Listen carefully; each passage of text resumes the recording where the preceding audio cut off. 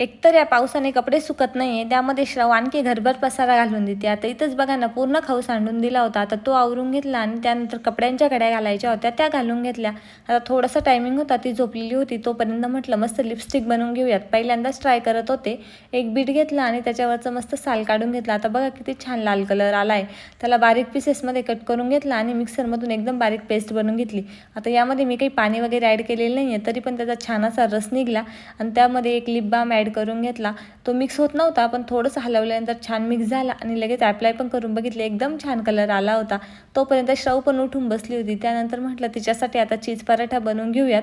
तर माझ्याकडे चपातीचं पीठ होतं, त्यावरतीच थोडंसं चीज किसून टाकलं आणि आपण जसं पुरणपोळीचा उंडा बनवतो ना, तसा उंडा बनवून घेतला आणि लाटून घेतला. आता हा उंडा बनवून लाटून छान असं कमी गॅसवरती थोडंसं तूप लावून भाजला ना, तर एकदम टेस्टी लागतो. तिला तसं पण पनीर पराठा, चीज पराठा आणि बटाट्याचा पराठा खूप आवडतो. तर मी तिला अल्टरनेट डेला ट्राय करत असते आणि ती पण आवडीने खाते. तिने भाजीपोळी खावं त्यासाठी मी खूप सारे प्रयत्न करते. त्यामध्येच हा एक नवीन प्रयत्न आहे आणि तिने पण खूप आवडीने खाल्ला आणि बघा मला पण म्हणते, मम्मा छान छान झाला. चलो बाय.